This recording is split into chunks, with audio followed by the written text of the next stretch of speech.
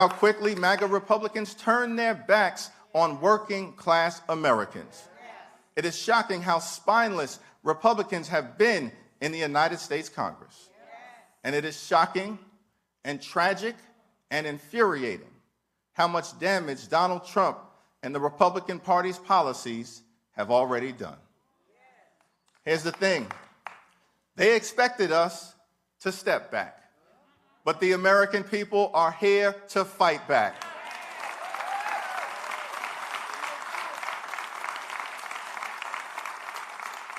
On the campaign trail, Donald Trump promised to end inflation. He promised to lower costs on day one. When he was asking for your vote, Donald Trump told you he would make life more affordable for everyday Americans. Now that he's in office, it's a different story.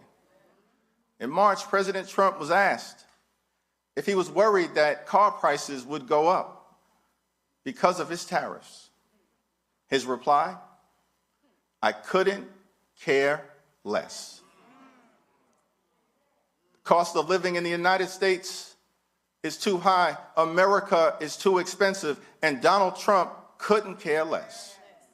He couldn't care less that housing costs are too high. He couldn't care less that grocery costs are too high. He couldn't care less that child care costs are too high. He couldn't care less that health insurance costs are too high. He couldn't care less that utility costs are too high. Donald Trump couldn't care less. Prices everywhere are too high, and Donald Trump couldn't care less. 100 days in, Donald Trump is making life harder for you and your family. And every day his costly tariffs stay in place. Life in America gets more expensive. American families will pay thousands of dollars more per year. Small businesses are shutting down. Corporations are not hiring. Businesses are unable to invest because of the uncertainty that has been created. Inflation is on the rise, life is getting more expensive, and the reckless economic policies of Donald Trump and House Republicans are driving us toward a recession. Republicans in Congress could put a stop to this insanity at any time. Since they won't, next November, we will. Yes, we will. Yes, we will. Which brings me to Elon Musk.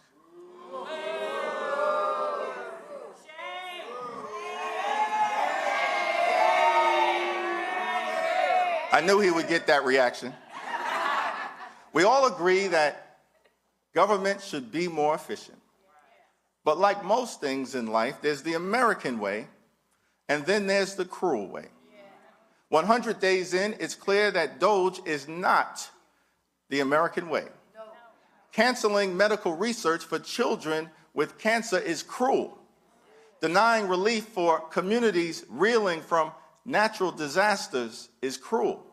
Firing thousands of our veterans, like Joseph Quintanilla of Virginia, who served this country in the Marines, is cruel.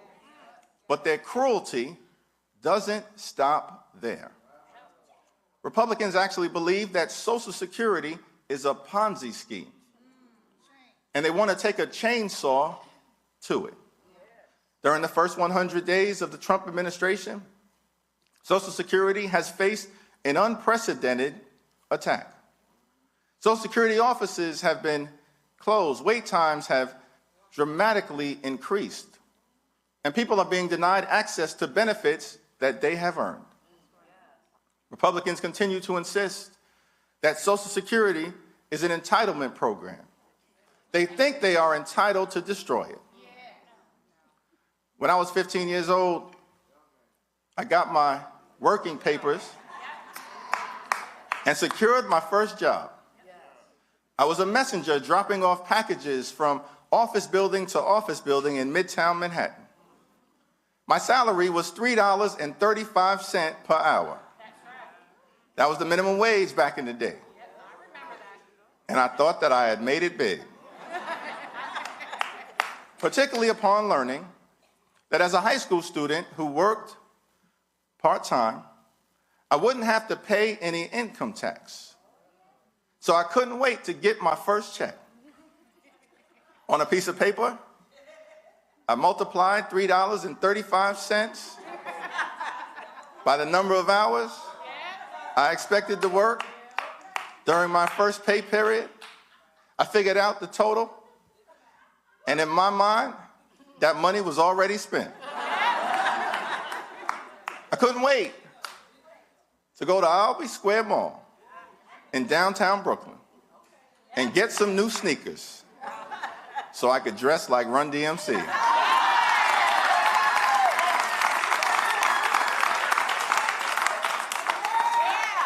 But then the check came, and some money was missing. I had two questions, y'all. Who is FICA? And why is he taking my money? Here's what I learned. All of us pay the FICA tax in connection with Social Security and Medicare. We pay the FICA tax on our first job. We pay the FICA tax on our last job. We pay the FICA tax on every single job we have throughout our lifetime. Social Security and Medicare are not entitlement programs, they are earned benefits. Earned benefits. You work hard for those benefits, pay into those benefits, and deserve those benefits. They are earned benefits. Democrats will make sure that Donald Trump and House Republicans keep their hands off your Social Security and your Medicare. Hands off today, hands off tomorrow, hands off this week, hands off next week, hands off this month, hands off next month, hands off this year, hands off next year, hands off Social Security and Medicare forever. Forever. Forever. Now, if this administration actually had some common sense,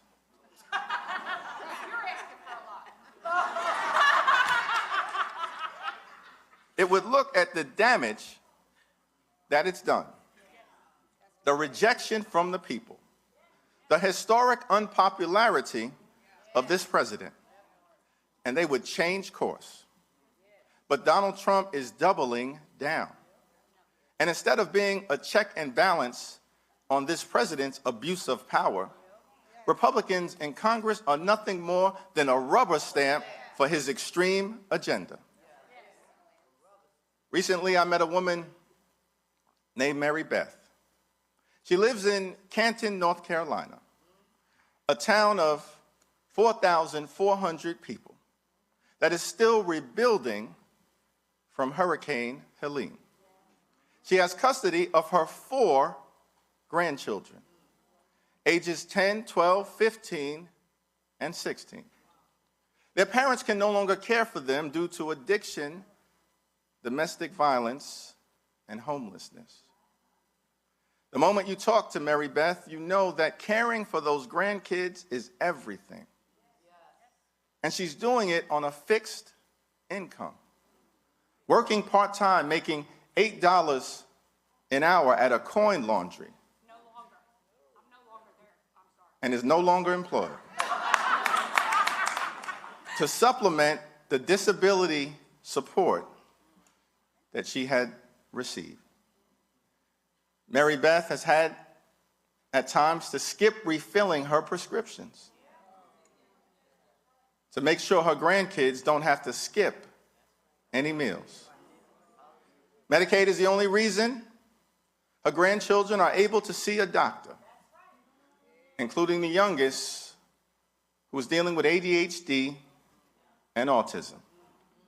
Mary Beth works hard, loves her family, and is a patriotic American. And Mary Beth is here with us today.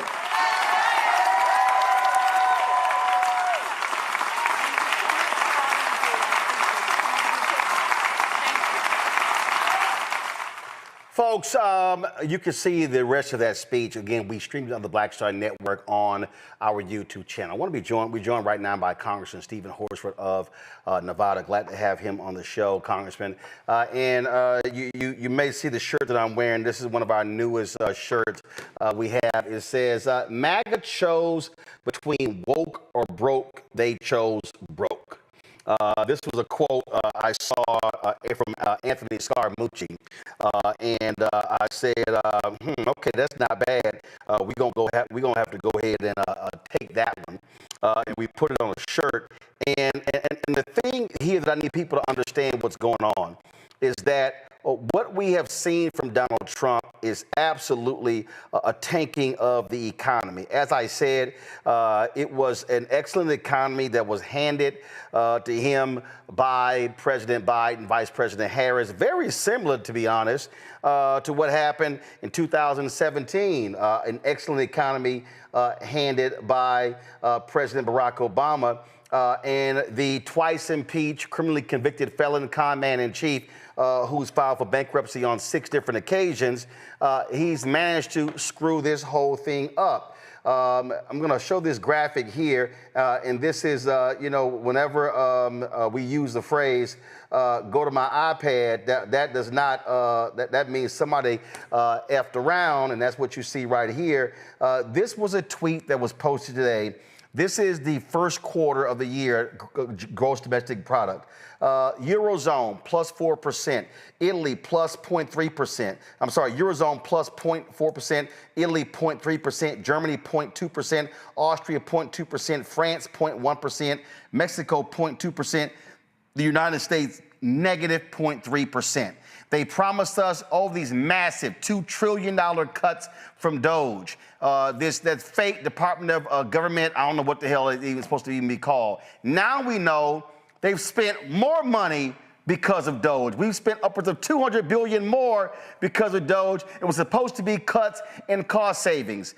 These idiots have destroyed an economy that was the #1 economy of the industrialized nations coming out of COVID.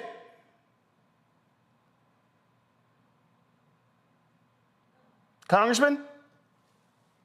Well, look, Roland, you are absolutely right. The first 100 days of Donald Trump has been a crescendo of shit, a pile of shit that is directly affecting the American people. He only cares about one thing, and that's himself and his billionaire donors, including Elon Musk. And he has wrecked our economy. Consumer confidence is at a 50-year low. As you just noted, gross domestic spending now, we've seen now negative rate of growth in our economy. The last time that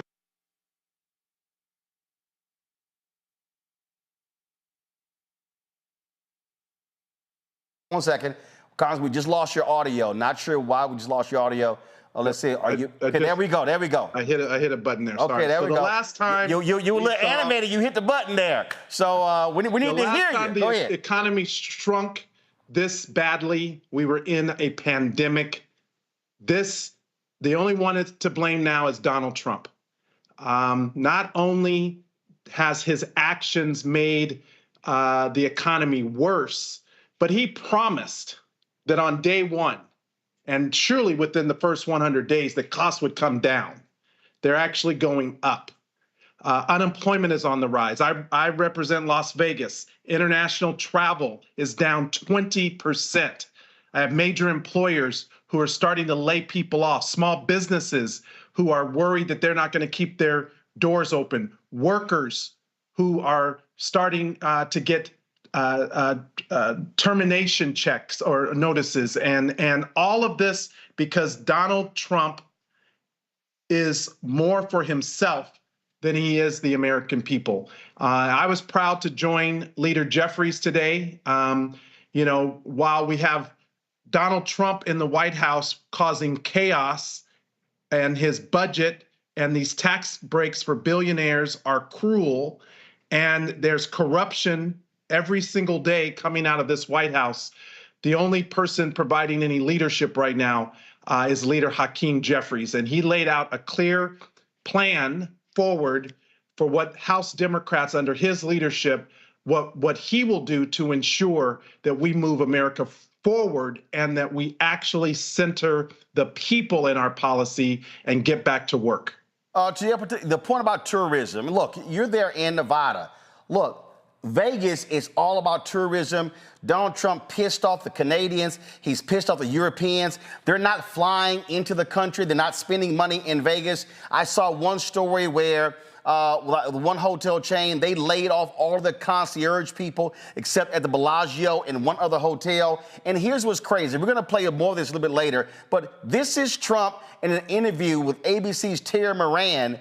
And everybody talked about President Joe Biden and cognitive and abilities. This fool is truly living on another planet. Listen. And Canadians, many of them, are really angry, furious about your talk about we're going to take over, Canada's going to become the 51st state. And it kind of is of a piece. A lot of travel is down into the United States from around the world. It feels like there's been reputational damage. The country's doing great. Well, prices are down. Not the tourism. Gasoline's down. Energy's down. Tourism is going to be way up. Wait till you see the numbers. The tourism is way up. I know. Now, Canada, tourism's doing very well. We're doing very well. We're doing very well. Wait till you see the real numbers come out in 6 months from now. Wait till you see the numbers. But do you think, I'm going to ask you, if I may, do you think Okay, he said six months from now. What the hell is he talking about? Prices are down. That's a lie. Egg prices are not down. He straight lied over and over and over. This man is a liar, and House Republicans and Senate Republicans, that cult, they're out of this world. And again, they're so fixated on woke and DEI that the nation is being screwed. He's full of shit, is what he is. International travel is down 15%.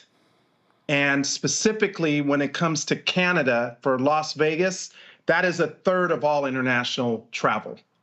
I have heard directly from the heads of the major companies in Las Vegas, the hotels on the Strip, and the workers, the unions, who are very concerned.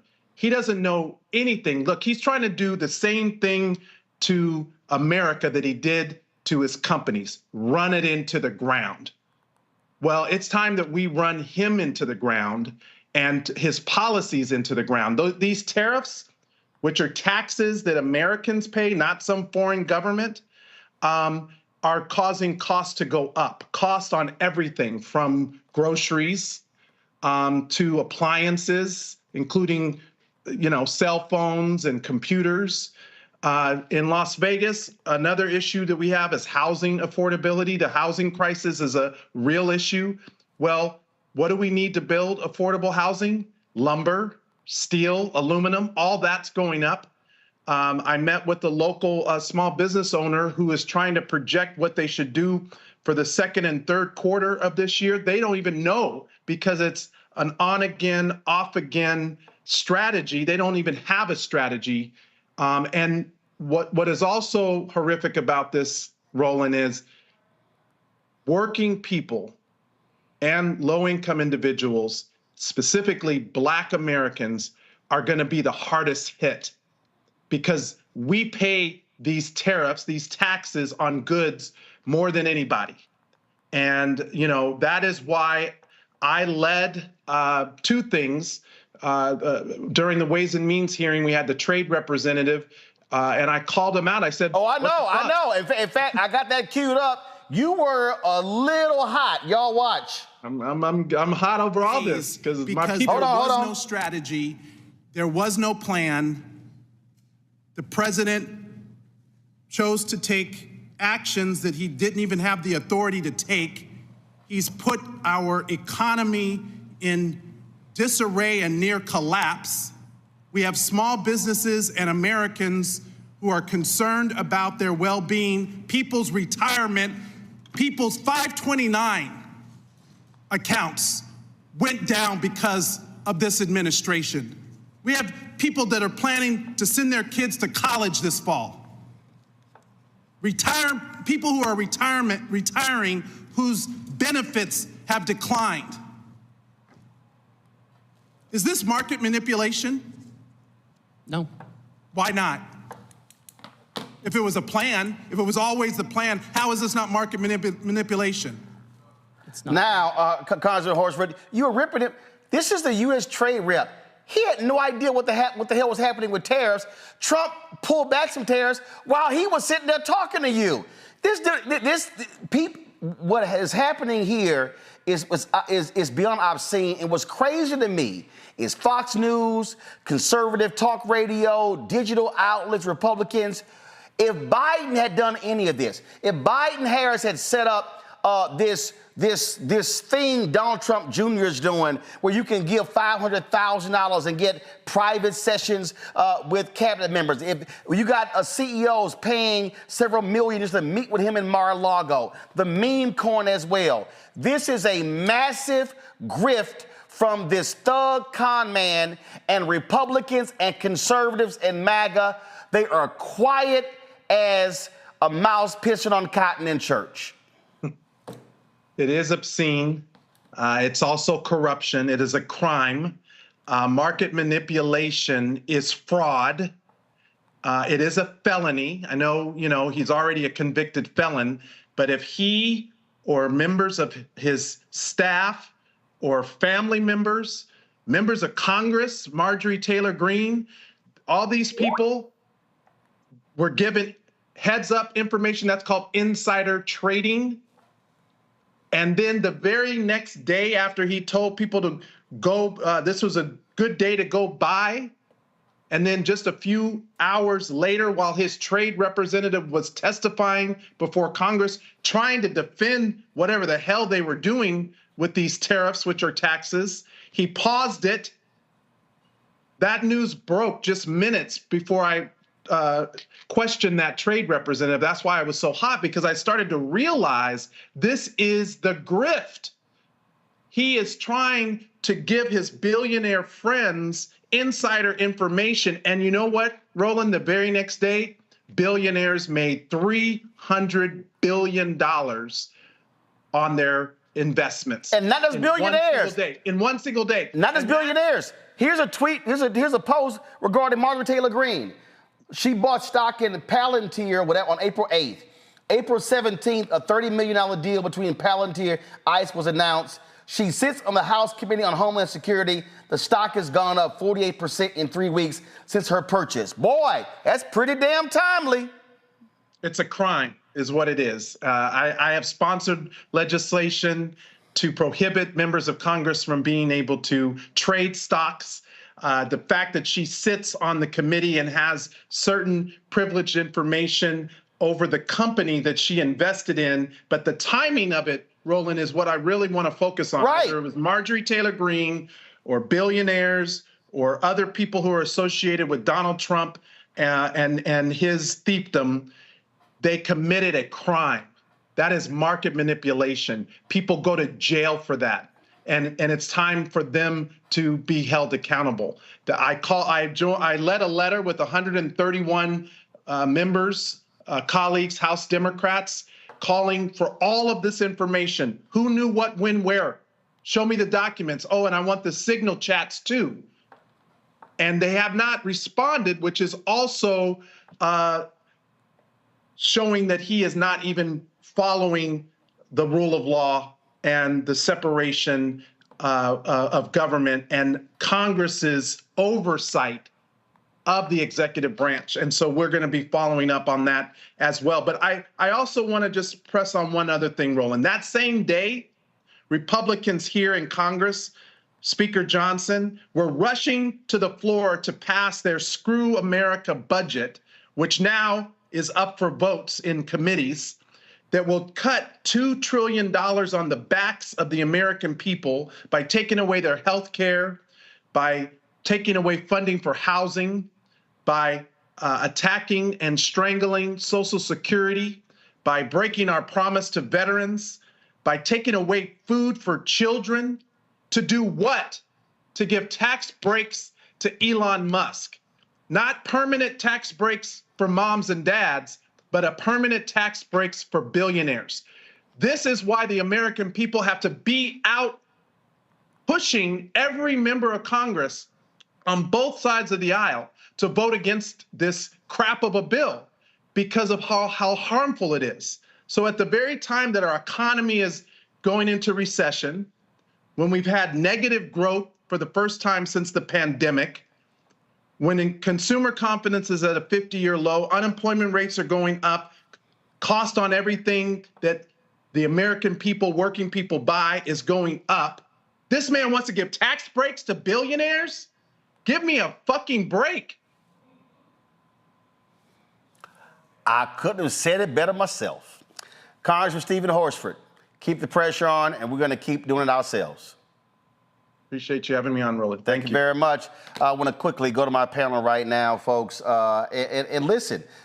Y'all heard it from the congressman. Not happy at all with what we are seeing, and I'm telling you right now, the grift is real. These thugs are raping and pillaging the country.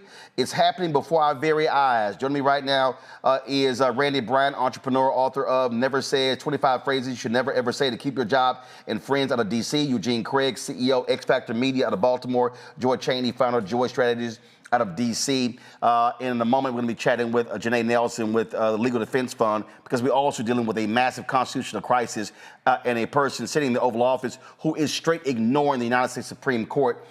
So quick comments from all three. Eugene, I want to start with you. It's a grift. They're thugs, and he's a liar. The economy is getting worse. It's not getting better. They want to do massive cuts for billionaires. It's absolutely stock market manipulation, and Republicans aren't saying a damn thing. They're perfectly fine with the raping and the pillaging of America.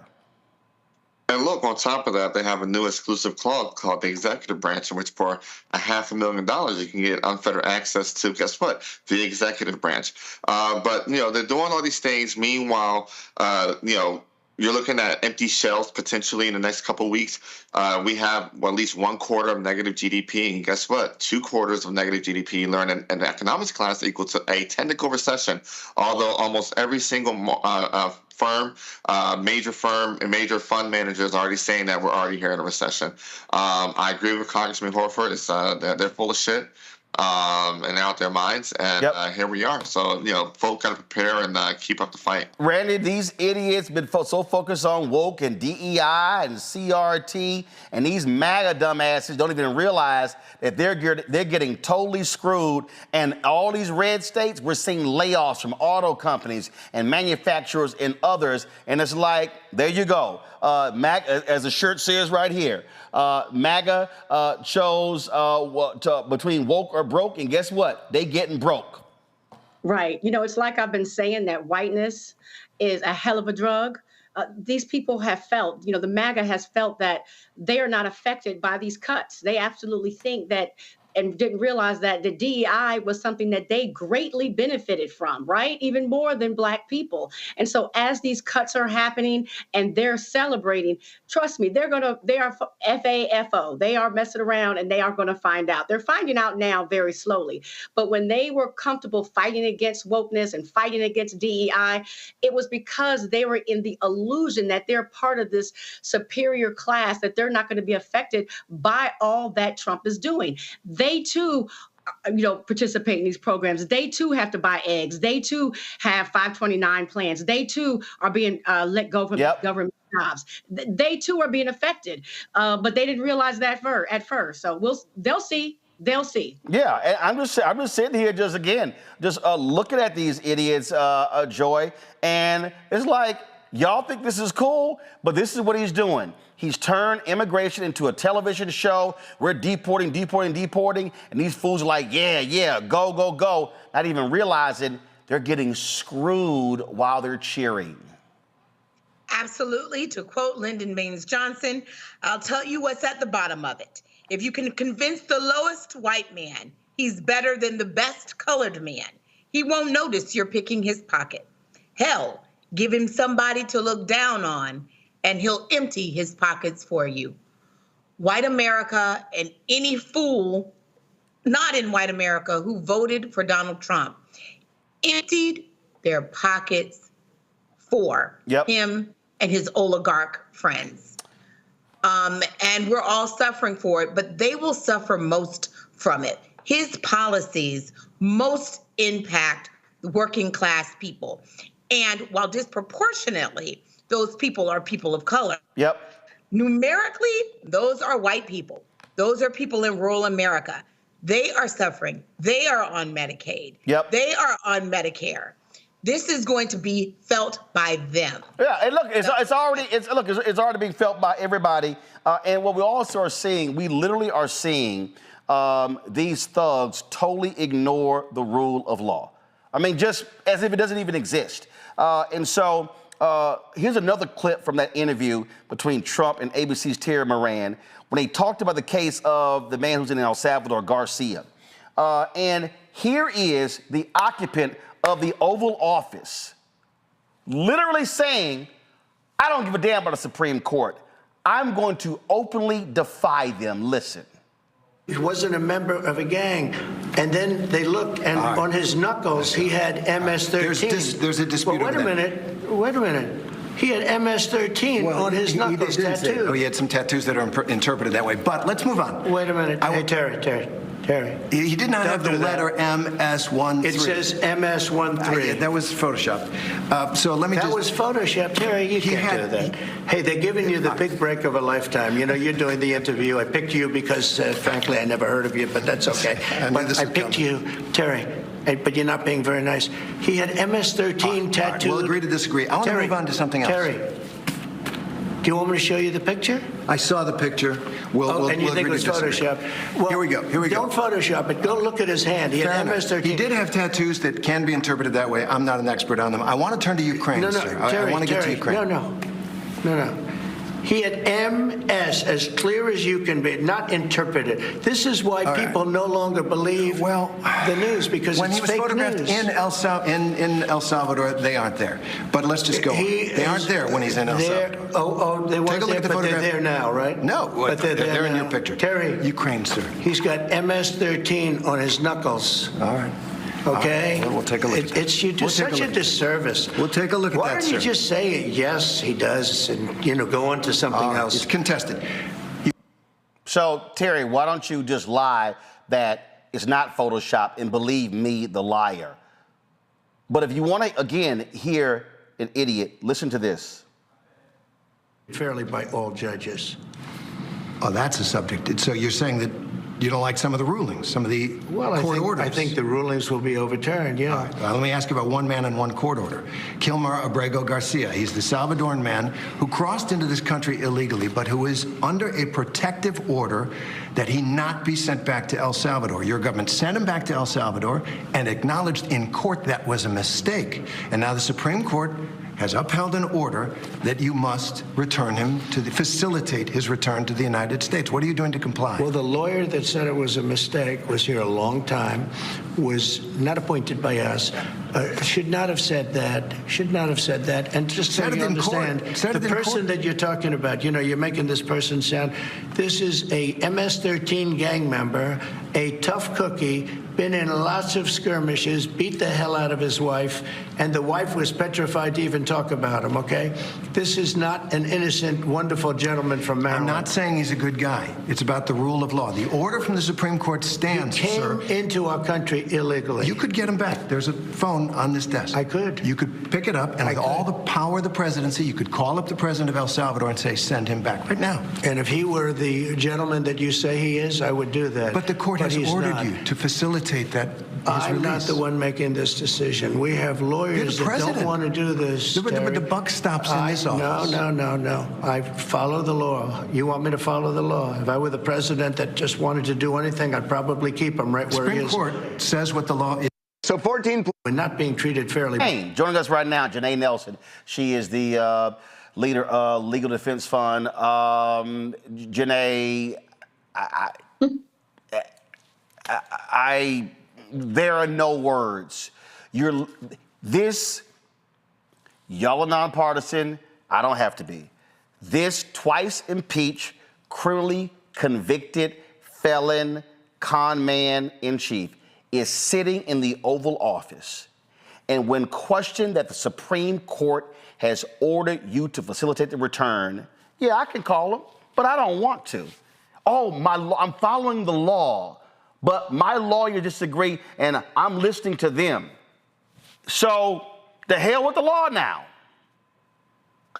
Roland, that's not partisan. Those are facts, right? And those are facts, which is something that this president routinely ignores, routinely mixes up, and intentionally tries to use to mislead people by saying that he has no power when he doesn't want to exercise the power that he does have, and that he is all-powerful, omnipotent, when he wants to exceed his executive authority.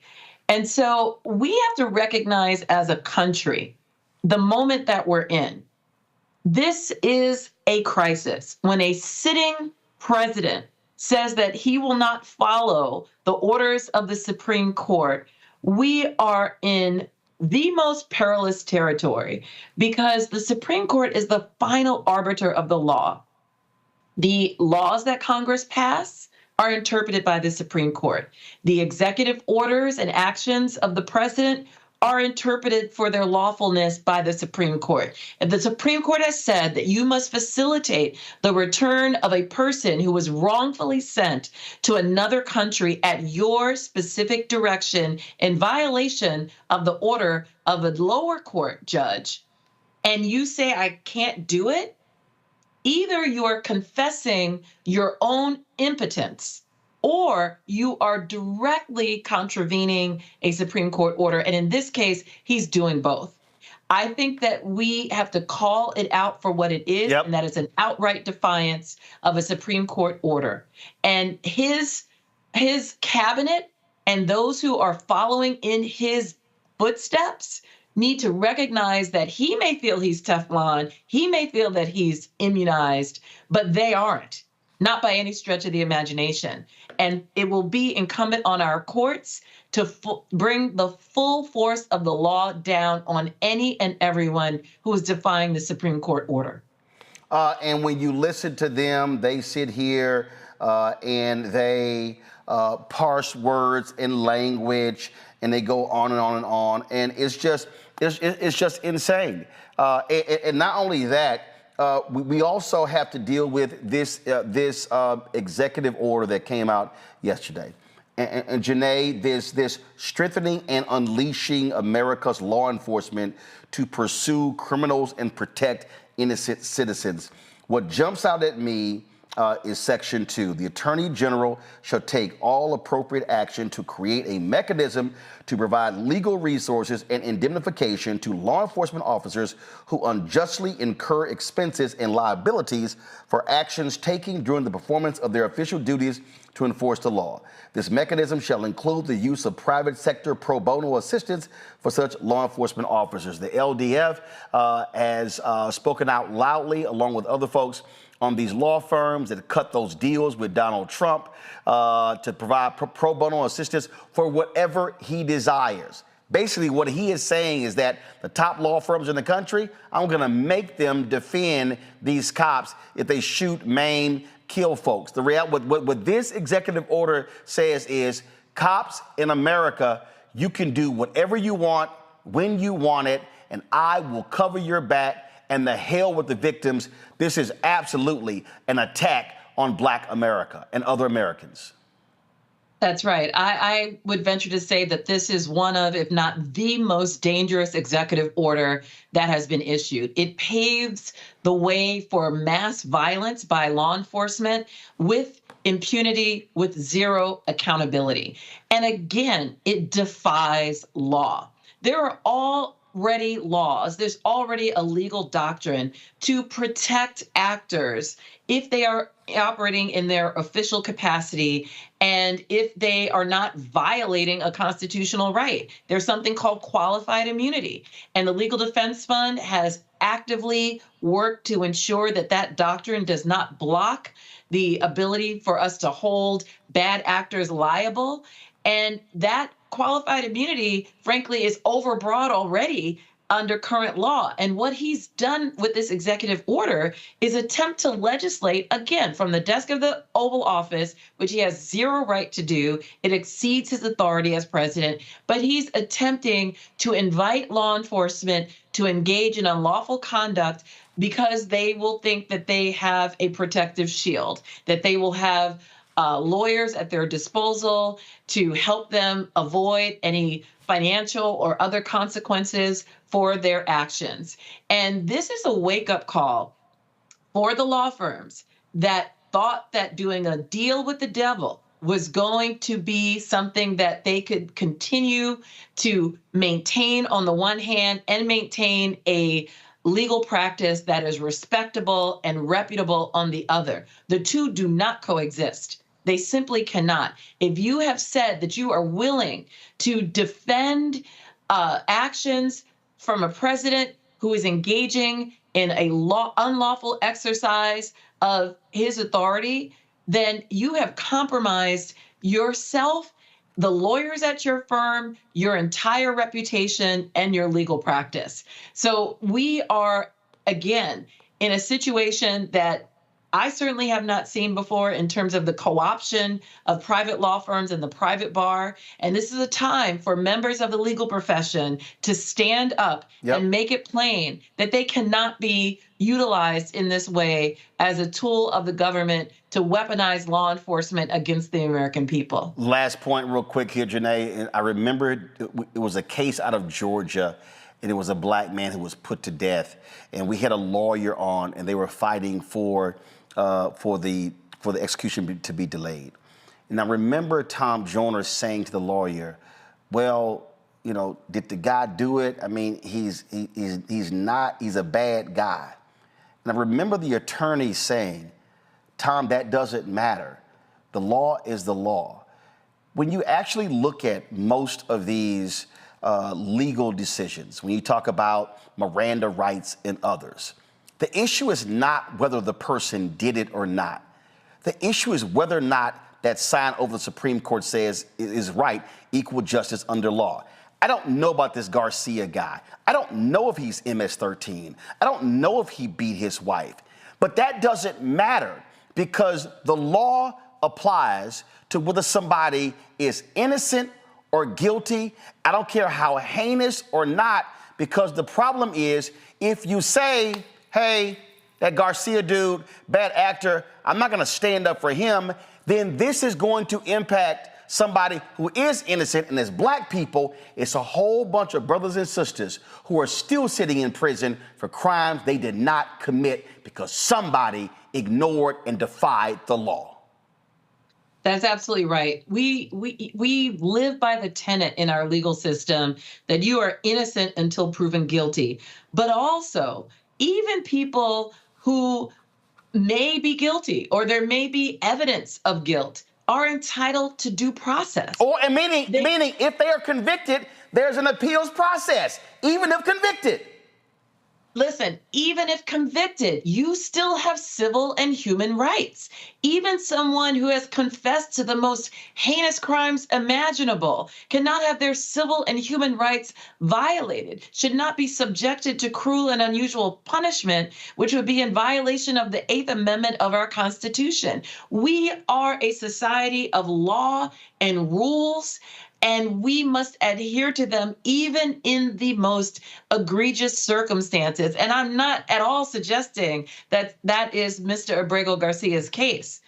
And I want it to be clear that he deserves the full protection of the law, and that what is happening to him right now is an extraordinary violation of human rights. And as you point out, it will just be a cobblestone in the path to the erosion of rights of other people, especially Black people, who significantly bear the worst brunt of the abuses of law enforcement. So make no mistake, it will not end with Mr. Garcia Abrego. It will only be the beginning of a horrific nightmare for more Americans than we can imagine if we do not rise up and demand that the Supreme Court and every other court involved hold this administration accountable for its flagrant disregard of a court order. Janae Nelson, Executive Director, LDF, we certainly appreciate you joining us. Thanks a lot. Thank you, Roland. Go back to my panel here. I was just talking about the issue of, again, when you talk about rights, and I mentioned Miranda rights. Y'all, this is real basic. This is from history.com. Look at this. The Supreme Court ruled 1966, 5-4, Miranda versus Arizona. The principle that all criminal suspects must be advised of their rights before interrogation. And so this is what it says right here. It says, give me 1 second, I'm going to pull this up. It says that, 1 second. It said the roots of the Miranda decision go back to March 2nd, 1963, when an 18-year-old Phoenix woman told police that she had been abducted, driven to the desert, and raped. Detectives questioning her story gave her a polygraph test, but the results were inconclusive. However, tracking the license plate number of a car that resembled that of her attackers brought police to Ernesto Miranda, who had a prior record as a peeping Tom. Although the victim did not identify Miranda in a lineup, he was brought into police custody and interrogated. What happened next is disputed, but officers left the interrogation with a confession that Miranda later recanted, unaware that he didn't have to say anything at all. So the Supreme Court overturned his conviction. Miranda was retried and convicted in October of 1966. He remained in prison until 1972. He was later stabbed to death in the men's room of a bar after a poker game in January 1976. Now, why is that important, Joy? It's very simple. Miranda, after the Supreme Court overturned it, he was convicted. He was convicted. That means that he served prison for it. Ernesto Miranda was not a great guy. But because of what happened to Ernesto Miranda, the Supreme Court determined Miranda rights. That means that anybody who is arrested by police, whether innocent or guilty, has the right to say, I am not talking until you inform me of my rights, and I'm not talking until my attorney gets here. So it doesn't matter if a person is a bad person or not. There are no perfect people. There are no perfect cases. We don't decide case law based upon, well, that person is really a really nice person. So no, most of our laws have involved folk who are not great people. But thank God that somebody sued to establish the rule of law. Correct. Donald Trump isn't a great person. He is a convicted felon. He is someone who has been credibly accused and has a judgment against him for what is tantamount to a sexual assault, a rape. He is not a good person in my estimation, and yet he has been given due process. He has been allowed to have his case worked through the judicial system. Free speech rights are preserved most often for unpopular speech. Popular speech doesn't need protection. We extend these rights irrespective of whether we think independently that the person is a bad person or not. If he is a bad person, as Donald Trump, and first of all, I don't even know what that means. If he has committed a crime, then they can engage in a process that would have him removed from this country. That's all we're asking for. We're asking you to follow the law. But Roland, I want to say one more thing. Real quick. Let us be clear. Whether or not this person is a member of a gang or not, he got a protective order. For all we know, he got a protective order because he was escaping a gang and they're protecting him from going back. There are many reasons. And so what if someone was a member of a gang? If they're here under a protective order, that's for a particular reason. The bottom line, Eugene, is simple. The Supreme Court is supposed to be the highest court in the land. The Supreme Court has ruled, and these thugs in the White House have said, F the Supreme Court. That's what is going on here. And I'm telling you right now, if they're saying, remember, Donald Trump told the president of El Salvador, build 5 new prisons because I'm going to send homegrown criminals. All you black people out there who sat here and sucked up for Trump and talked about, oh man, we gonna get some checks. I'm telling you, some of y'all got a cousin, y'all got an uncle, y'all got a nephew, a son, or a daughter who these people are going to say, oh, you're a hardened criminal. They're going to ship them to El Salvador. And then what are those folks going to say? Oh, I didn't realize. Because, see, it was a whole bunch of black people, a whole bunch of these FBA people. Oh, yeah, he ain't talking about us. I remember they were saying, they can't deport us. Well, guess what? Trump is saying, we're going to send your asses out the country, even if you are an American. Look, the thing is this. He's doing it already with 2, 4, and 8-year-olds. So if he's doing it with 2, 4, and 8-year-olds who committed no crime, and at least 2 of them have cancer and were receiving active treatment, what do you think he'll do with somebody he considers to be a hardened criminal, right? And the thing is this. The courts are already saying that, hey, people can be called back and brought back to the country, but you have the president of El Salvador, as we see in today, saying, hey, even if you request us to give you your American back, we're not going to do it. So, you know, we're already in a constitutional crisis. Yeah, and he's saying that. He's saying that because he knows the thug Trump ain't gonna call him. You trying to tell me that if Donald Trump says I have to abide by the Supreme Court, we're sending a plane, send him back, the president of El Salvador is not gonna say, nah, screw you. You know, I mean, that's the readout he gave to Marco Rubio, but he's not saying that to Donald Trump. No. And at the end of the day, right, if the president of El Salvador essentially at this point wants to keep American hostage, Congress absolutely should dead every single red cent that's going to El Salvador. Boom. Right there. See, and that's the whole deal, Randy. Donald Trump cut funds off to South Africa because they dare criticize something, and they've cut in other countries. But this man says, I'm not going to listen to any phone call from the United States. You're right, cut his ass off. But we know they are never going to do that. Randy? This is why El Salvador is going to comply, because Trump is a bully, and those who will be bullied by him or taking advantage of him, they're going to make money. But I really just need for people to understand how dangerous what's going on is. I mean, let's call it what it looks like to me. It very much reminds me of concentration camps, where there is one person who is deciding who is worthy of to be an American and have their rights.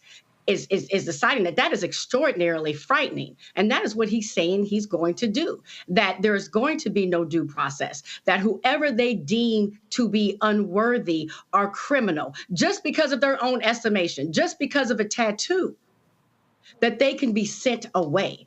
Everyone should be quite frightened. I mean, completely frightened. There is a reason why we have 3 arms of government. And so because we always needed a balance of power. So there is not one person who has decided that he is the judge and the jury. And that is what's happening right now. He pays no mind to the Supreme Court. He doesn't feel as if anyone should interrupt his decision making. And when they do, he's going to punish them. And so it's a quite dangerous period, and everyone should be concerned. Folks, I keep telling y'all what is happening when it comes to this thug and how he views the economy, how he's wrecking the economy. We're going to get a clip we're going to play in a second. I think it was from that Terry Moran interview where he was like, folks they'll deal with it, the bad economy. But Andrew Feinberg of The Independent asked a great question today of this idiot in the cabinet meeting. Listen to this question and listen to this fool's answer.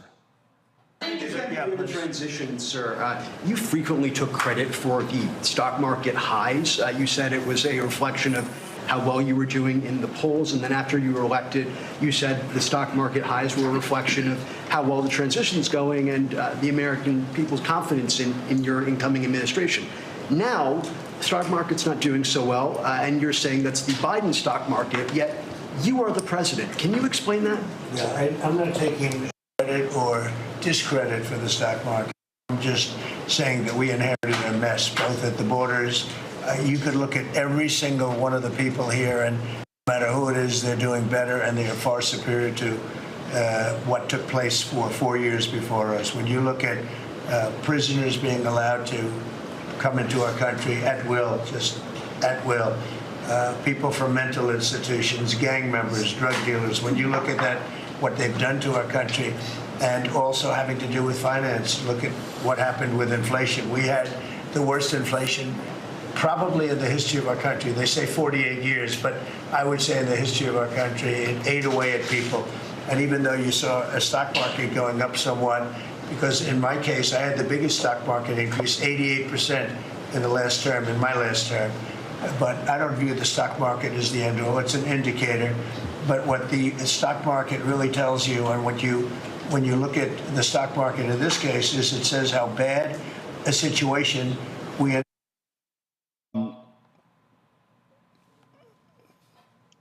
Does anybody know what the hell he was just saying?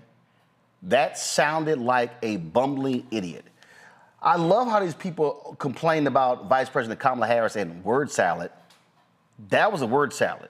I mean, he's sitting here, oh, in my last term, it was up 88%. Oh, it was amazing. Oh, but I don't really view it as anything. I sort of view it as just, you know, like one thing. So it's not really like anything else. It's just sort of one thing, and I really can't look at it any other way. But what you just said, it was something again. And he's not the only idiot. Let's take Peter Navarro, the same person who talked about this really important mentor of his in his book that never existed. The person was made up.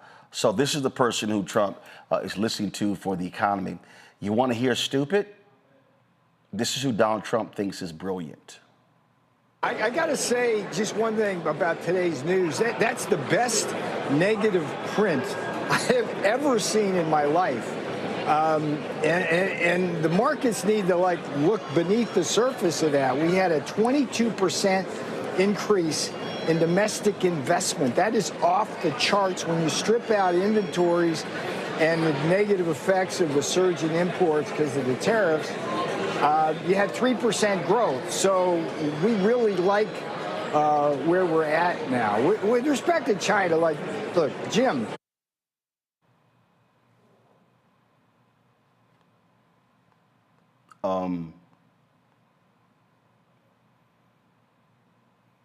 We had 3% growth? Did I hear that right? Let me play this. Go to my iPad. And the markets need to look beneath the surface of that. We had a 22% increase in domestic investment. That is off the charts when you strip out inventories and the negative effects of the surge in imports because of the tariffs. You had 3% growth. So Eugene, what he's saying is, if you take out the bad shit we did, it was great.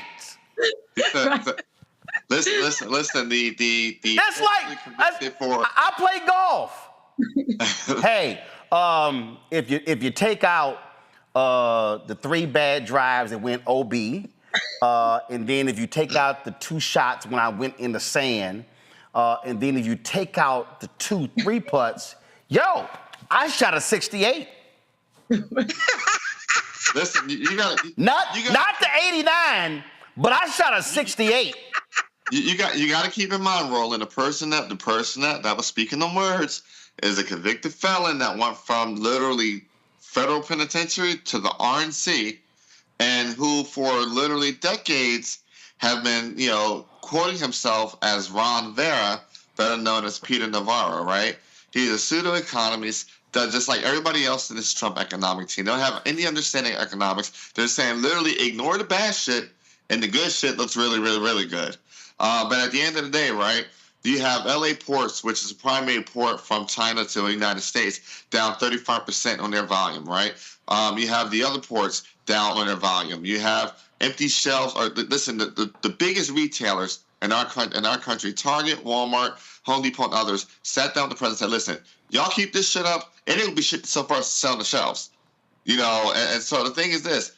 when we went through the COVID recession and we went through other recessions, those are recessions, but they weren't recessions like, hey, the shelves are empty recessions. Like, hey, you might not be able to go in there and get toilet paper. You might not be able to go in there and get your t-shirts, socks. You might not be able to go in there and get XYZ product that probably is produced overseas and sold over here. You know, they're harping about these trade deficits. All trade deficits are a result of a prosperous country. It's a result that, hey, we're doing so well that we're buying more from other people that we're not producing here.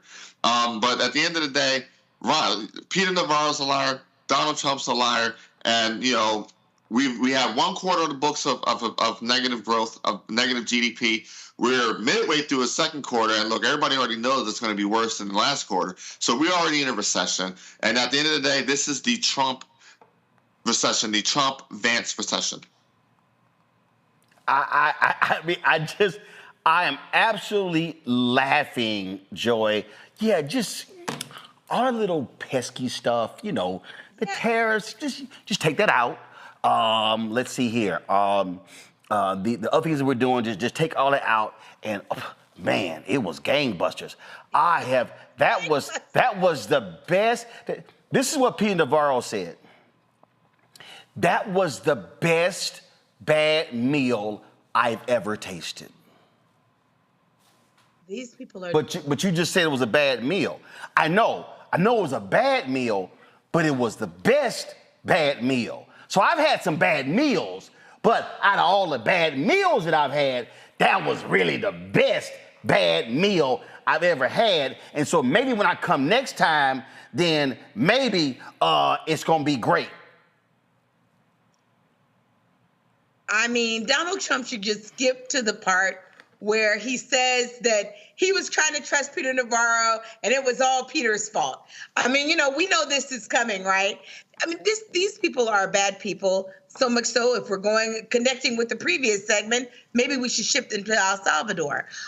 Look, we know that our 401ks have been hit.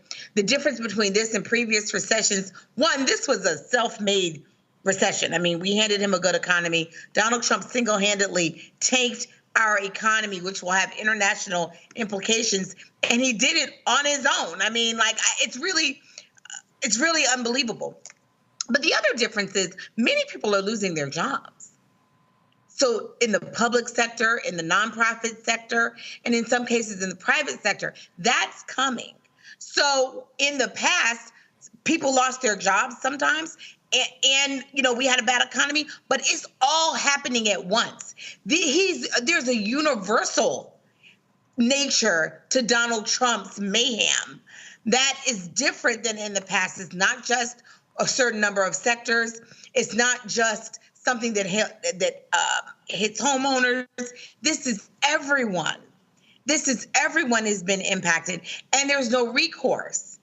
He is trying to decimate literally every industry. Yeah. He's attacking them. So this is the problem. This is a self-made disaster in the name of Donald Trump. I just, again, if you, Randy, Randy, I'm just like, these people, they're on meth. It does seem like that. And, you know, they come out with these sound bites, but most people don't know they don't understand our economy. We are a consumer economy. China is an industrial economy. So it makes people in Trump's base camp sound as if they're strong and America's strong by saying, you know, we just need to buy America, invest in America. We don't make nothing. We make soybeans and wheat. Those are our exports, right? We get most of what we get from China. So when they shut down our relationships or they put these big tariffs where they're going to be paying tons of money, we're short. We don't have the products, one. And then when we do get the products, they're going to be extraordinarily expensive. But it sounds good to say we just need to buy America. We don't even have it set up to buy American. It's not set up, and it would take years to do it. So we're in trouble. We are a market that consumes. Yeah. So that's the way our economy goes. 70% of American economy is consumption. 70%. Right. But it's just what's just hilarious to me. I'm gonna quickly go to Eugene before I go to my next topic. Is just how they're just like, Ignore everything that you see. Ignore everything that you hear, because this David Copperfield world that we have created is really a magical, mystical, amazing place, and things are wonderful. So what you're seeing is an illusion.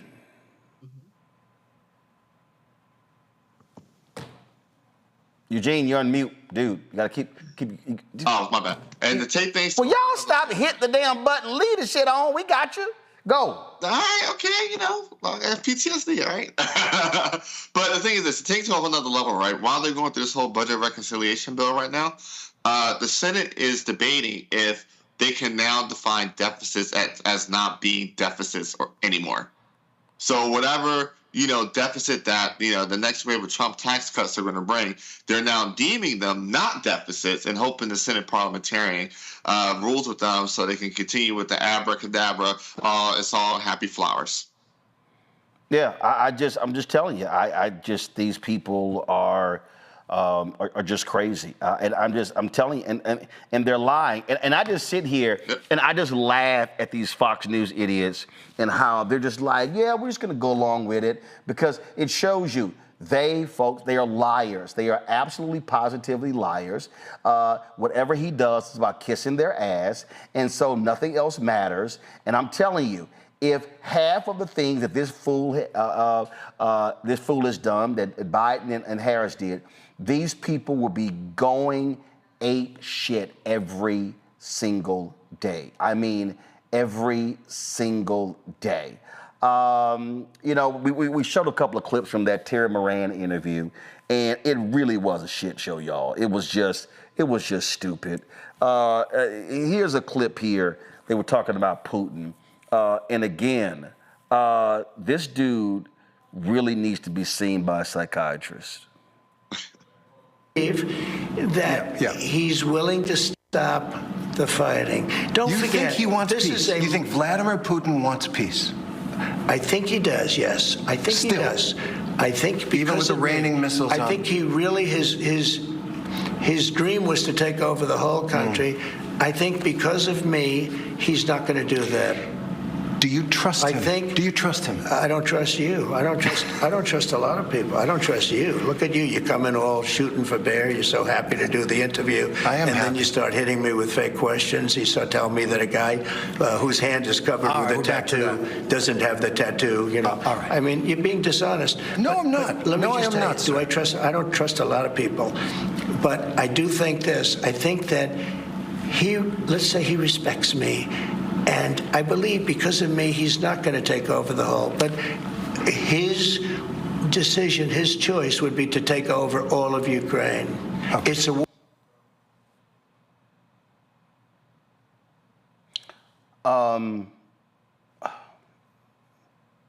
Here's a little bit more stupidity from the interview. Biden took over, it went through the roof. And this problem was caused by Biden. What Biden did to this country. Biden didn't have that over a year. I mean, if you look at Biden, nobody was really investing in this country. A unforced error that was made by a very incompetent man, a man that turned out to be incompetent. When Biden allowed a man who was grossly incompetent, we have a country that's very sick. Joe Biden, and it's not him because I don't even think he knew what the hell was happening. And this is Biden's war. This is not my war. But it's been badly handled by the Biden administration. When Biden got involved, I won't say whether or not he handled it properly, but obviously it wasn't good. He would have never gone in with this group of losers. I don't think that Biden knew anything about it. Fair enough. But you are the president now. Yeah, hey, Biden did something to me. And I did something to Biden. In the world, we had a president that couldn't walk up a flight of stairs, couldn't walk down a flight of stairs, couldn't walk across a stage without falling. We had a president that was grossly incompetent. We had a leader that was grossly incompetent. He should have never been there. The election was rigged. He should have never been there. And Biden did that with many of our people. That was from Decoding Fox News, and she does a great job. Her name is Julie Jeske, and like you sit there and this Biden, and then all of a sudden, I don't trust this, not telling the truth. This is a liar. This is the biggest liar in America. And then to sit here and say, I don't trust you. Again, he lies, he lies, he lies, he lies, he lies. He sits there and he was trying to get Terry Moran to accept the lie. Oh, I did you a favor that you were here. I mean, I'm talking to you. I didn't even know who you are.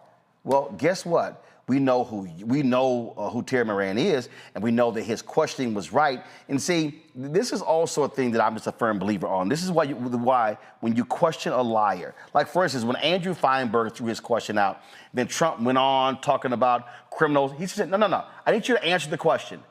Answer the question. And that's what they don't want to do. They want to force him to answer the question. The person who is sitting in the Oval Office is a massive liar. The moment Trump opens his mouth, Randy, I automatically think and assume he's lying. I don't give him the benefit of the doubt. If he says, good morning, I double check the time because it might be the evening. He is that much of a liar. That's smart to do. Because he lies, but he also always attacks. The only way that he feels that he can get people from shining a light on his incompetence is that he's always putting people down. We saw just in that interview, and let me just say, Terry Moran, I got to give him credit because he did not back down. He was very strong during that interview, and I was impressed. I watched the entire thing. He started attacking Terry. Then he starts attacking Biden. Anyone, you can't get him to answer a question about what his administration is doing or what he's doing because all he wants to do is focus and attack other people because his whole platform is hate and not taking accountability for anything. But he absolutely is a liar when something comes out of his mouth. But he's a good marketer. He knows his base and he knows he can say one word. He could say Biden fell down some stairs and they will remember that and forget everything about the economy, forget everything about how he is not paying attention to the Supreme Court and ignoring it. They will forget everything and just stick on that and say, and that's all that they will remember. He just is a soundbite president, and the soundbite is absolutely typically a lie, just as you said. Yeah, just straight up lies. And that's what he does. His entire agenda is based upon lying and gaslighting, Joy, pure and simple.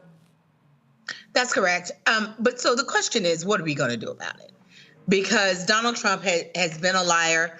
We have heard already how he has had multiple failed companies, multiple bankruptcies. So none of what's happening right now should come as a terrible surprise to us. This is how many business people operate, especially when they don't care about the people underneath. But he's dealing with the country now. And so the question is, what are Democrats going to do about it? I love what I've been seeing with Jeffries and Booker. We need to see more of it. The speech today was good, but it's not quite, enough. And we have to be making sure that we are getting ourselves together so that the next time we have the ability to give him pause, getting in a House and Senate that will reflect our values, not Donald Trump's, who will actually stand up for their own branch of government, which is the first branch, arguably the most powerful branch, not the executive branch. When we're ready to do that, then we're able to do that at the midterms. And are we figuring out how we're going to sustain ourselves in these years? That's what we need to be focused on. I just think, Regine, you got to call it every time. Lie, lie, lie, lie. Not distortion of facts. No, lie. He's lying. He's lying. He's lying. He's lying. What he's doing? Oh, lying again, lying again, lying again. Yep. And look, Ronald, we're a decade in with this guy either being a presidential candidate or president and just actively lying. He opened up the campaign in 2015, coming on an escalator with active lies. And so here we are 10 years later in 2025, he is still lying. So to me and you, I mean, if we go back to News One now in the mornings, it's no shock or surprise to us that he is still actively lying, and the lying's just getting more and worse, or him trying to pull other people in, like this reporter, and saying, hey, you should be lucky you're here, happy you're here, you should be going along with my lie. That's your purpose of me having you here. So, speaking of lies, check this out. House Speaker Mike Johnson actually said that they were targeting Democrats. Because Democrats were running ads in billboards saying that Republicans wanted to cut $800 billion from $880 billion from Medicaid. So listen to this idiot. Do not believe the hype. Do not believe the lies the Democrat Party has said. We had their ads taken down. Okay, they were running ads around the country and in swing districts, trying to convince people that Republicans were going to gut Medicaid. It's just simply not true, and that's why their ads and billboards had to come down. We sent them a cease and desist letter because we pointed out they were lying. By the way, the Democrat leaders in Washington have zero credibility with the American people. Remember, they tried to tell us for the last 4 years that Joe Biden was an exceptionally talented, brilliant, on-point leader. Okay, they don't have any credibility on any of this. We're going to prove the opposite. The committee markups, as Leader Scalise noted, we have 7 committees marking up components of the big, beautiful bill this week. We have 4 others next week.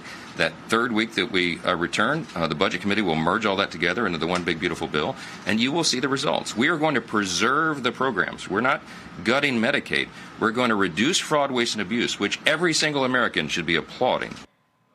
So I want y'all to see right there the bullshit phrase. We're going to reduce fraud, waste, and abuse. This is political. Hurdles remain for Republicans' Medicaid quest. A meeting with moderates would precede a meeting with hardliners.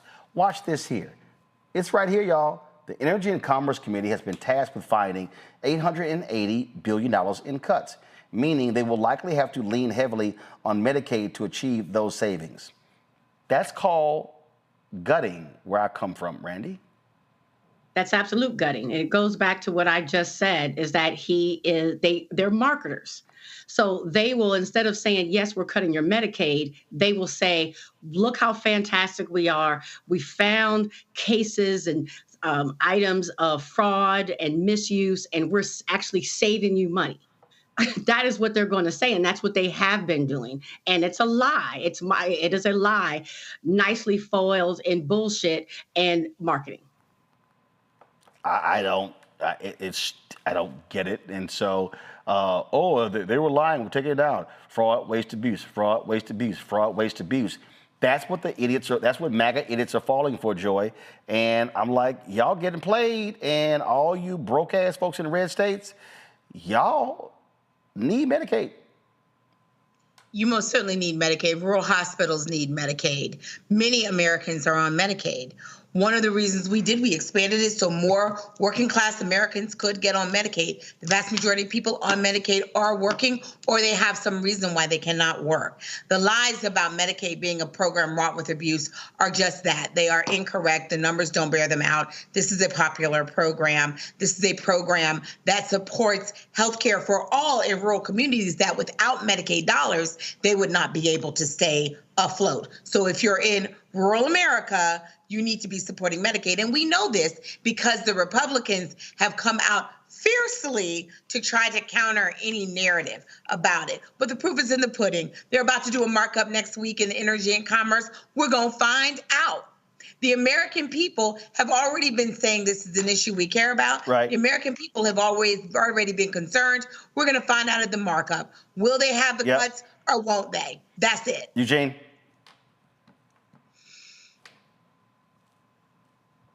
Eugene, stop hitting the mute button. Okay. Damn. Keep your hands off the mute button. It's out of habit. But the thing is this, right? We don't have to wait for the markup next week because, look, all members are already saying it. Representative Bacon already said he's giving himself a $500 billion cap. You have members of Pennsylvania that are saying, hey, we won't vote for a bill that guts Medicaid. You have Mike Lawler and other New York members saying they won't vote for a bill that guts Medicaid. Well, the literal cosign that I signed is that they would not be saying these things if it wasn't the Republicans' plan to gut Medicare and Medicaid. I just sit here and just go, again, he's lying. He's flat out lying. All right, you can always count on Republicans really saying some stupid stuff. We're going to go to Indiana on this one, y'all. The Lieutenant Governor of Indiana, Micah Beckwith, is getting a lot of backlash because he fashioned himself as a constitutional scholar, and he decided to weigh in on a 3/5 compromise. Hey everybody, this is Lieutenant Governor Micah Beckwith. Want to give you an update on a bill, Senate Bill 289, which is called Unlawful Discrimination Bill. Senator Byrne is carrying that bill. It was in the Senate just a few minutes ago. Well, if you were watching or listening to the Senate, if you were trying to fall asleep and we're trying to get some good background noise on, you might have been listening. The Senate on the Democrat side, they got up and they started talking about how this bill embodies something to the effect of the 3/5 compromise. They were bringing that up. They were saying this is a bad bill because it actually encourages discrimination, just like the 3/5 compromise, going all the way back to the foundations of our nation. I would like to share with you the 3/5 compromise is not a pro-discrimination compromise. It was not a pro-discrimination or a slave-driving compromise that the founders made. It was actually just the opposite.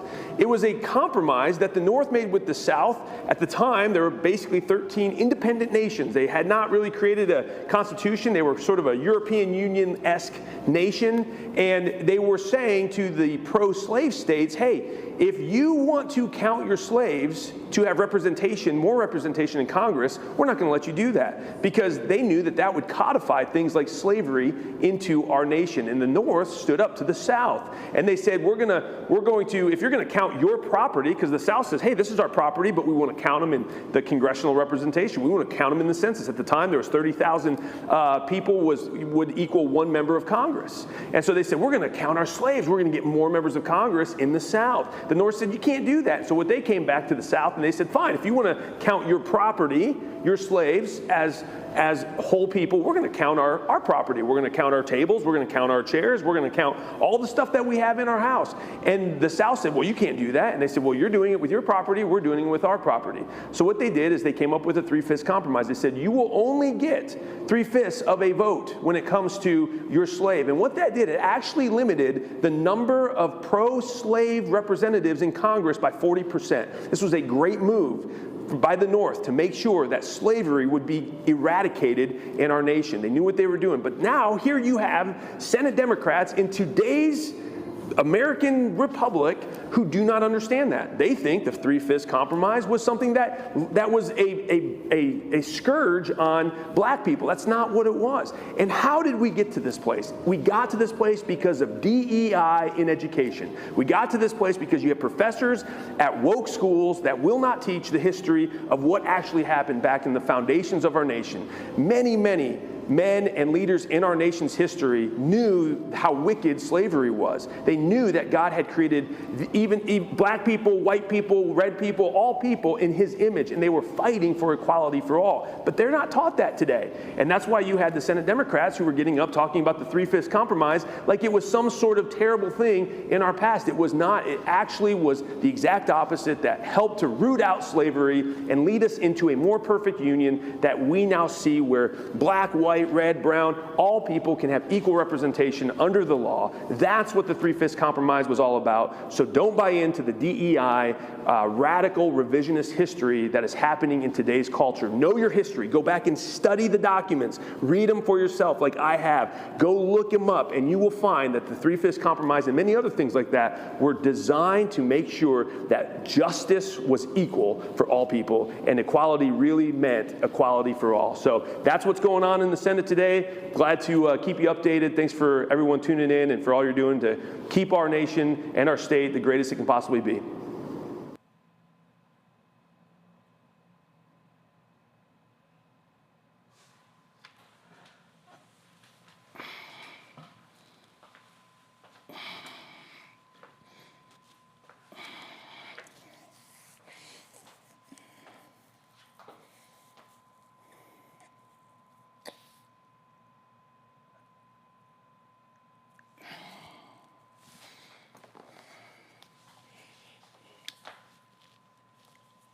It's because of DEI. Henry, go to my iPad. Y'all, the 3/5 compromise was in 1787.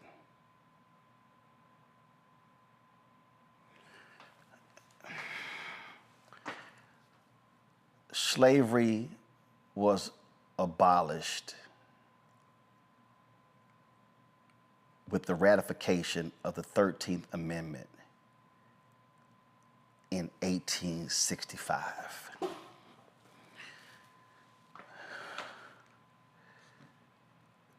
So this fool wants us to believe that the 3/5 compromise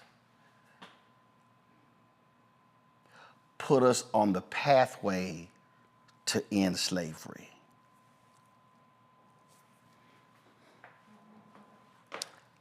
Slavery ended 78 years later.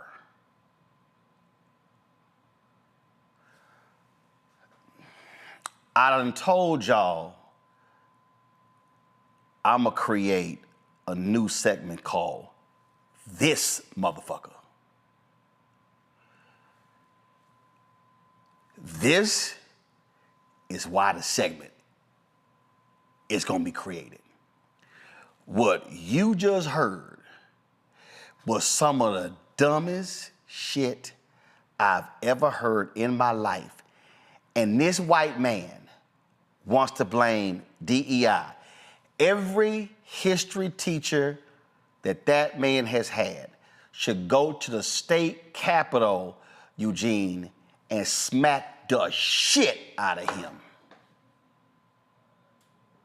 I mean, look, this is the thing, right? He's an elected lieutenant governor talking this bullshit. But the thing is this: if you have an elected lieutenant governor talking this, you know it's permeating among all other circles on the right. And the sad part is that they actually do believe this. This is, they're going to wrap it up in, the DEI cloth. But at the end of the day, this is a hardcore belief of theirs that, oh yeah, the 3/5 compromise eventually led to the abolishment of slavery, which, is complete bullshit. And it's actually, disrespect at the highest level, because you're trying to justify 3/5 compromise as to us black folk, essentially saying that we're justifying you being considered 3/5 of a human being. These people, Randy, are dumb as hell. There were so many people who just wanted to end slavery. That's a lie. If there were as many John Browns as he described, it would have not taken a civil war. It would have not been a battle at Harper's Ferry.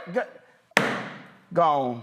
No, this one has me, burned up, because this is my area. And this is why they want to get rid of CRT, critical race theory. This is why they want to get rid of diversity, equity, and inclusion. This is why they are stripping our museums. They are banning books. They are ensuring that our kids do not learn their actual history so they can make up a history that puts them in a favorable light and that completely diminishes our history on this planet.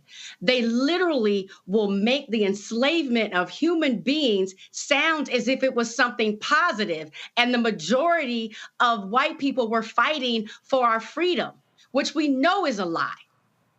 And so it so makes me angry when you hear people pass this false information, because he has a responsibility to tell the truth. But he is telling the truth that so many people want to hear because it makes them feel comfortable. And when we come out with the correct truth, which explains a lot of the truths we are living today, they work hard and make it illegal for us to do it. They work hard to block the truth because they don't like it. And they try to justify the current atrocities that they're doing.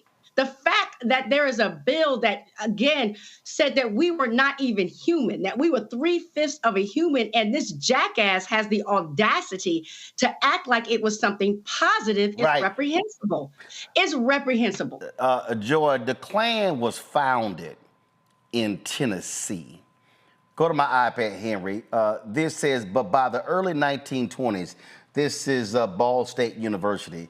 By the early 1920s, Indiana was a center of Klan activity. At its height, the state had over 250,000 Klansmen. In the 1920s, journalist and social critic H.L. Mencken commented, quote, "It is commonly reported now that the banner Ku Klux Klan state is not Georgia, but Indiana." I guess that's where Micah got his history lessons from. Correct. I mean, the problem here is that white people, many of them, Indiana Klan or not, instead of just facing what they did, what they are the inheritors of, and then having to do something about it. Because once you know that you have benefited from this system that enslaved people, then you have to do something about it. They know that their own children understand how America was created. And not to say that America is bad or that white people are bad, but that there are things that we have to address in our society and in our history. Instead of doing that, they'll believe anything else. And they are desperately looking for anyone, even if it doesn't make any sense, anything to hang on to it, whether it's photoshopped MS-13 things that they all know is photoshopped and not true, but they'll say it is. Whether it's saying that the 3/5 compromise was somehow meant to help Black people, if it's true, it doesn't matter. If it makes sense, it doesn't matter. If it's something that gives them plausible deniability, they will take it. This is my greatest fear. We are dealing with a cult in America. And that cult is, I'm sorry, white people. My last comment on this goes to the Ball State article. Back to my iPad, Henry. It says the substantial growth of the Indiana KKK faltered when Grand Dragon D.C. Stevenson was arrested for rape and murder.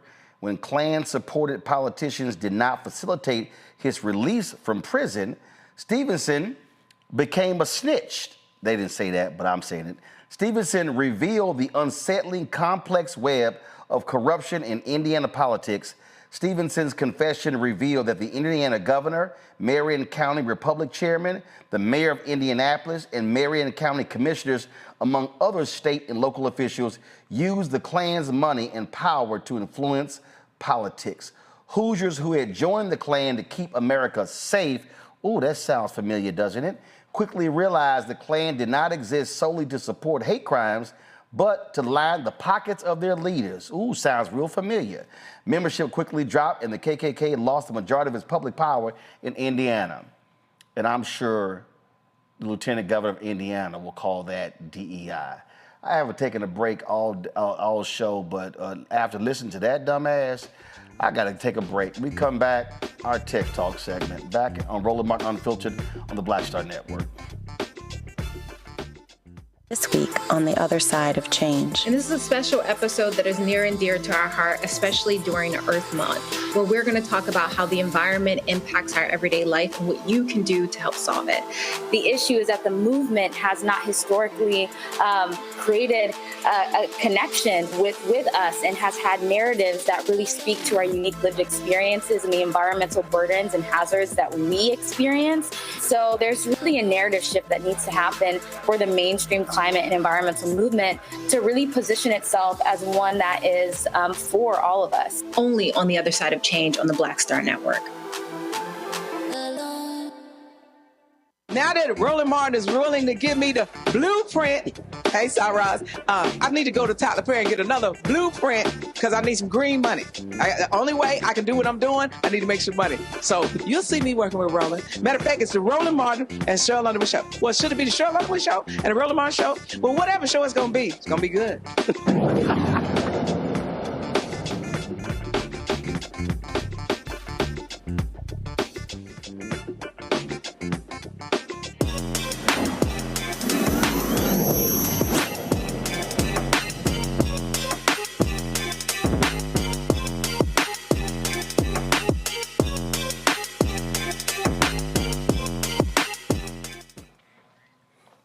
All right, folks, electric vehicles are increasing all across the country, but the issue, charging stations. What happens when they break down, need to be repaired?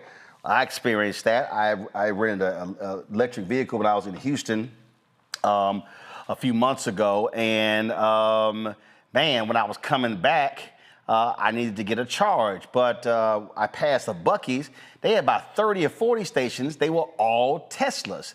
They didn't work with the Genesis the Hyundai Genesis that I was driving. So then I went further. I didn't have many miles left, and the app told me there were 2 charging stations at this hospital. Rolled up there, ain't no charging stations. Then I called another company via the app, and they said they had charging stations that were 5.5 miles away, but they actually were not operating as well. This is one of the problems when it comes to electric vehicles, the inability for you to be able to locate charging stations.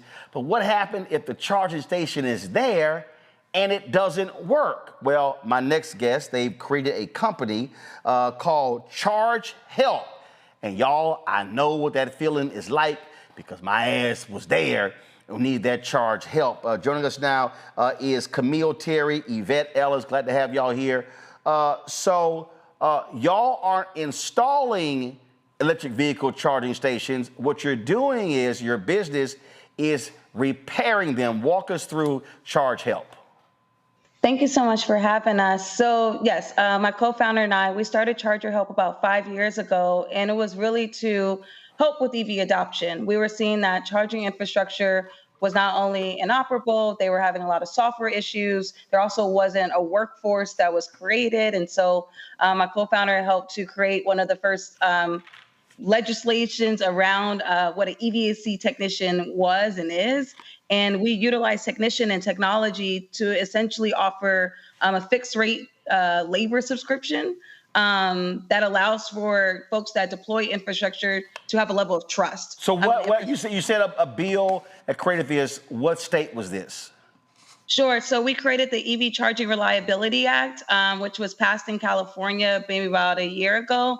And then my co-founder was the one that helped to create an EVSE technician, essentially labor job code with the Department of Energy. So what happened here? Did one of you have an experience like I did where y'all were like, damn, we trying to get stuff charged, everything is broke. Somebody should be fixing these dadgum things. Well, yeah, so I'm from South Central Los Angeles, and I live in a community where we're closer to Hollywood sign, but it wasn't until COVID when a lot of people weren't driving their gas vehicles that I saw the Hollywood sign, right? Mm-hmm. And so I started to learn more about electric vehicles. My co-founder, she's from Compton. Both her parents passed away from, lung-related diseases. My mom passed away from lung cancer. So I guess that was one thing where I was like, oh, EVs can create a cleaner, greener environment. But then I was a part of a company where we were making software for the charging stations. And then I started to learn more about why the charging stations didn't work. Yeah, my background is in workforce development. So when we were building out who this EVSC tech is and how to legitimize it, that's where I came in. And to figure out what's the most equitable way we can do that to give everyone an opportunity to learn this new skill that we saw then that would be a big deal now. Mm-hmm. So who hires y'all? Who is it cities? Is it counties? Is it private companies? Who would hire y'all? So today our largest customers are actually utilities and then also fleet operators. So, and even, you think about even some of bus companies out in New York we work with as well, where they're having very large, electric vehicles that if it doesn't work, it's not just the inconvenience, it actually impacts their bottom line. And so how has it been going in terms of how many companies have y'all signed up in how many states? Sure. So we started in 2020. To date, we service about 2,500 charging stations across the United States of America. We've raised about $30 million in venture capital. We've trained over 1,000 people across the U.S. And I would say, all in all, it's been going pretty well. Agreed. Questions from my panel. Randy, you first. This is such a brilliant idea. Congratulations. Can you tell me more about this training? Because this seems like it could be a great job opportunities for people. Do you have a program set up that somebody can get certified? Is it online? How do they learn more? Yeah, we actually wrote the first curriculum for EVSE training and worked with the Society of Automotive Engineering so they could create the exam to actually certify people. So it wouldn't just be a charter help thing, but a national opportunity for everyone. We do conduct training to prepare people for that certification, and you can find that on our website at charterhelp.com. Thank you. You're welcome. Eugene? I guess my question is, what's the time frame? Let's say a person going from zero to being certified and deployed to the field. Because I agree. I mean, we're not going to see less charging stations. We're going to see more. And if we're having this problem here in America, I'm pretty sure the other places that have that are converting to EVs are having the same issue. Mm-hmm. Yeah, I would say, look, 3 months. But of course, the opportunity comes with redundancy and getting your hands. And we know what we've learned that people have different learning styles. So you could learn everything and need to apply it. A lot of folks that look like me and Camille, we're tactile learners and we need to get out there, feel in touch. So we have a training center here in LA that allows folks to take in-person training. We have charging stations here to help with that.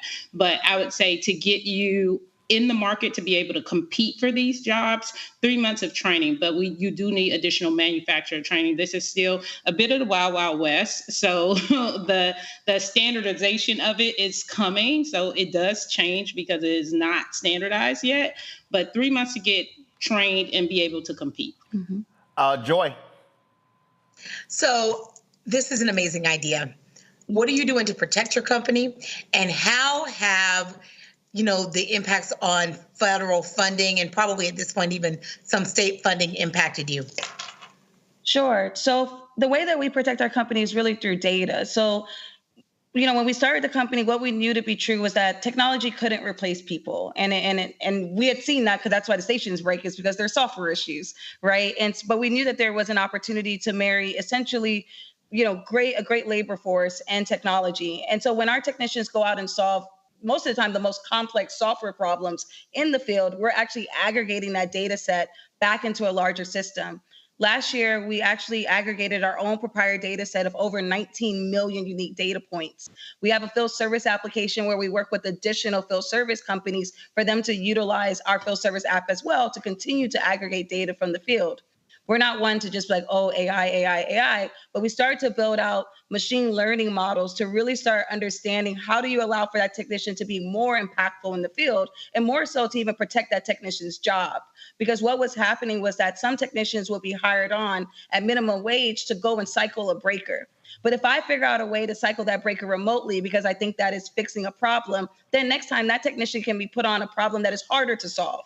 And so it allows for job protection. It allows for that salary to increase over time. And so we today are the first folks that have really been able to really capture the solution in the way that we have. There isn't anyone that's approaching the problem the way that we have.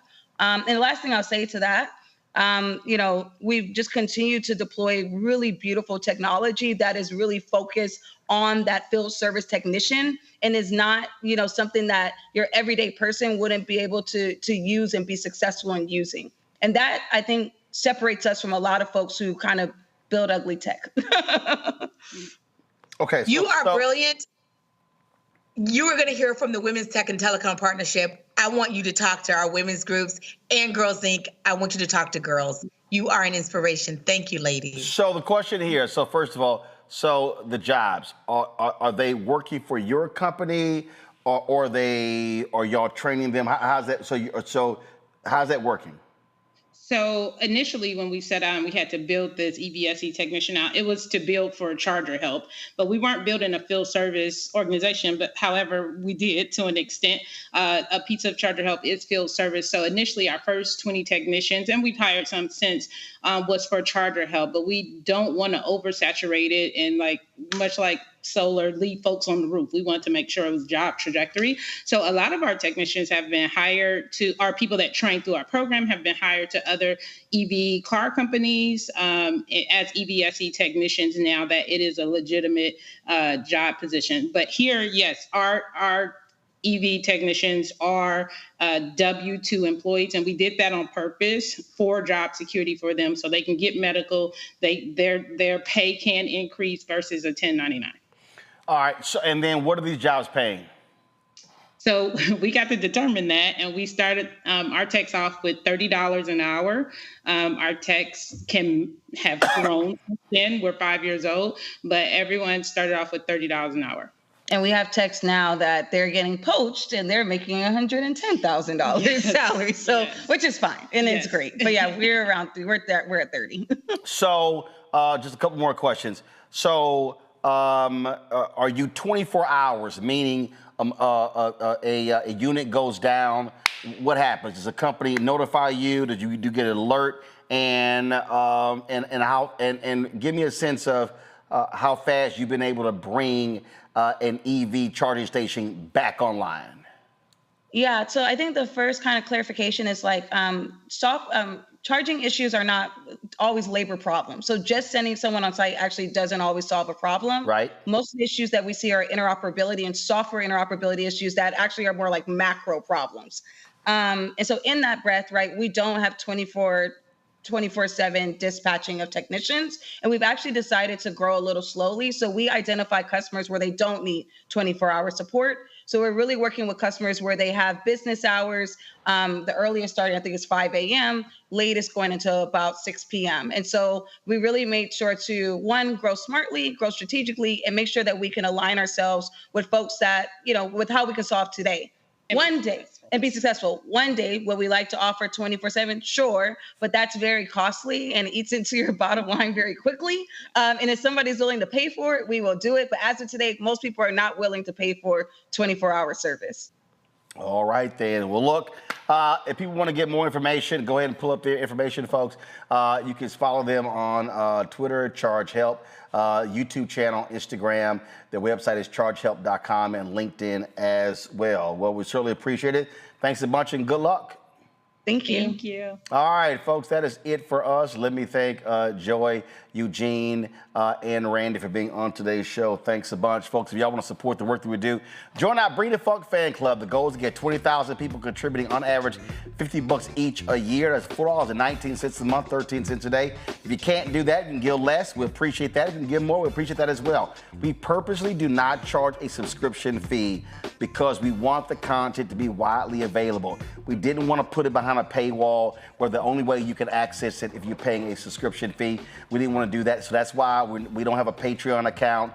We just launched a Substack, but right now it's free, so we're not charging people for our content. So your donations are hugely important for the work that we do. If you want to give via Cash App, use the Stripe QR code. I told everyone that Cash App changed their rules and close all of our accounts because of the type of company that we are. We're not an LLC, we are an S Corp. And so in order for you to contribute via Cash App, you have to use the Stripe QR code to give via Cash App. You click the Cash App button to continue to contribute. You can also use the Stripe QR code for credit cards as well. If you want to send a check or money order, make it out to Roland Martin Unfiltered. Again, Roland Martin Unfiltered, P.O. Box 57196, Washington, D.C. 20037 7-0196. Give me some time. I check the mailbox every 10 days or so. So understand that it's a process we have to go through to actually get the checks and money orders, open the envelopes. I got to catalog everything. I have to sign the back of the check, and then I actually have to deposit them mobilely by taking a picture. The only issue is when you send money orders, sometimes the money orders and some checks do not take because of the formatting. So I have to physically send that to the bank. And so please be patient if you're using check and money orders. Again, what actually works best is electronics. So PayPal is paypal.me/rmartinunfiltered. Venmo is venmo.com/rmunfiltered. Zelle, Roland at rolandsmartin.com, Roland at rolandmartinunfiltered.com. If you want to download the Black Star Network app, please do so. It's on Apple phone, Android phone, Apple TV, Android TV, Roku, Amazon Fire TV, Xbox One, Samsung Smart TV. Be sure to get a copy of my book, White Fear, How the Browning of America is Making White Folks Lose Their Minds. Available bookstores nationwide. Download the audio version I read on Audible. if you want to get our merchandise, this is our newest T-shirt right here. MAGA chose between woke or broke. They chose broke. This was a quote from Anthony Scaramucci, so we put it on a shirt, and so I'm wearing it today. And so if y'all want to get this shirt, go to rolandmartin.creator-spring.com, or you can get our shirt hashtag. We tried to tell you FAFO 2025 instead of Project 2025. We got FAFO 2025, and also. Don't blame me, I voted for the black woman. That's a hugely popular shirt. Be sure to get that shirt as well. The QR code is right there.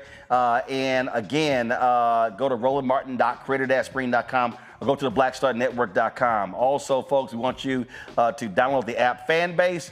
And so download that app Android Play Store or Apple Store. If you want to invest in Fanbase, they've raised now more than $11 million, moving close to $12 million. The goal is $17 million in the Series A raise. Go to startengine.com/Fanbase to invest. Folks, that's it. Tomorrow's show, a crazy conversation between two white nationalists, Megyn Kelly as well as Tucker Carlson. And they claim that the Democratic Party is extremely anti-white, which is kind of interesting because there's a lot of white people in the Democratic Party. Yeah, I got a few words to say about that. That'll be tomorrow. Until then, go watch our video clips on our YouTube channel. Share them, please. That helps us when it comes to the revenue. Like them as well. If you're watching on YouTube right now, hit that like button. We should be more than 1,600 likes, y'all. We should be hitting at least 2,000 every single day. So hurry up, hit the like button before I sign off. And so, again, go to our YouTube channel, watch our videos, share our videos, like our videos, recommend our videos, because that also drives revenue when the views increase on our YouTube channel. Folks, that's it. I'll see y'all tomorrow right here on Roland Martin Unfiltered on the Black Star Network. Hold on, and don't forget, support the other shows that we have, The Other Side of Change, Dr. Greg Carr's The Black Table, Reverend Dr. Jackie Hood Martin's Fulfilled. Support those shows, and I'm working on a business show, shooting that pilot real soon, so can't wait to make that happen. So lots of good stuff happening here at the Black Star Network, and your donations make all of that possible. I'll see y'all tomorrow. Holla! No punch! I'm real revolutionary right now. Thank you for being the voice of Black America. All momentum we have now, we have to keep this going. The video looks phenomenal. See, this difference between Black Star Network and black-owned media and something like CNN. You can't be black-owned media and be scared. It's time to be smart. Bring your eyeballs home. You dig?